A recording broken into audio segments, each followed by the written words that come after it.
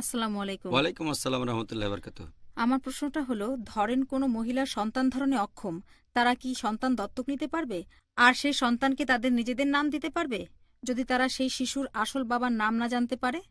বোন প্রশ্ন করলেন যে কোনো মহিলা সন্তান জন্ম দিতে না পারলে কি তিনি দত্তক নিতে পারবেন, সেই সন্তানের কি নাম দিতে পারবেন? যদি সন্তান না হয়, তারা দত্তক নিতে চান, বাবা মার ভালোবাসা দিতে চান, কোনো সমস্যা নেই, তবে আইনগতভাবে পারবেন না, আইনগতভাবে নাম দিতে পারবেন না।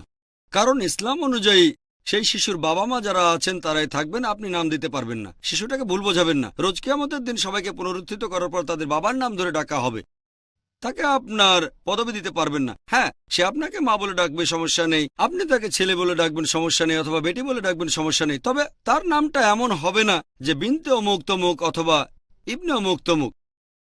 যদি না জানেন তাহলে জানেন না, বলবেন আপনি জানেন না, তবে আপনারা নাম দেবেন না।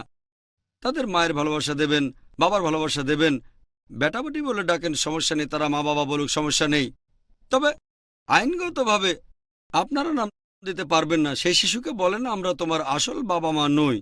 এমনটা করার বেশ কিছু কারণ আছে। হয়তো এখন সন্তান নেই তাই দত্তক নিচ্ছেন, কালকে আপনার সন্তান হলো, তখন সম্ভাবনা তো আছে। শিশুটাকে তো বলতে পারবেন না। ধরেন একটা মেয়েকে দত্তক নিলেন, তারপর একটা ছেলে হলো, তারা দুজনে তো নামাহারাম, তারা ভাই বোনের মতো ব্যবহার করবে না, তাদেরকে পরে জানাতে হবে। এছাড়া ধরেন যখন আপনার বয়স হয়ে যাবে, আপনার কোনো সন্তান নেই, স্বামী মারা গেল, আপনি যে শিশুটিকে দত্তক নিয়েছেন, যে ছেলেকে দত্তক নিয়েছেন আপনার সন্তান, স্বামী মারা গেল, আপনার ছেলে থাকলে 8/1 সম্পত্তি পাবেন, ছেলে না থাকলে 4/1। ধরেন দত্তক নিলেন আর স্বামী মারা গেল, আপনি 4/1 সম্পত্তি পাবেন, কারণ সন্তান নেই। আইনগতভাবে দত্তক নিলে আপনি পাবেন 8/1। আপনার সাথে অবিচার হবে।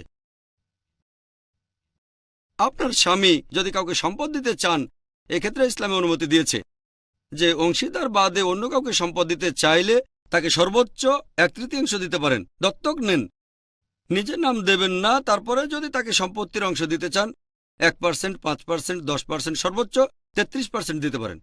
ইসলামে অনুমতি আছে। এখানে অনেক নিয়ম আছে, হিজাব মানতে হবে। যেমন কোনো মেয়েকে দত্তক নিলেন, সে বড় হলে আপনার স্বামীর সামনে হিজাব পালন করবে, এগুলো মানতে হবে। আর বলাটা খুব গুরুত্বপূর্ণ যে তুমি আসলে আমাদের সন্তান নও, তারপরও তোমাকে সন্তানের মতোই দেখি। আশা করি আপনার উত্তরটা পেয়েছেন।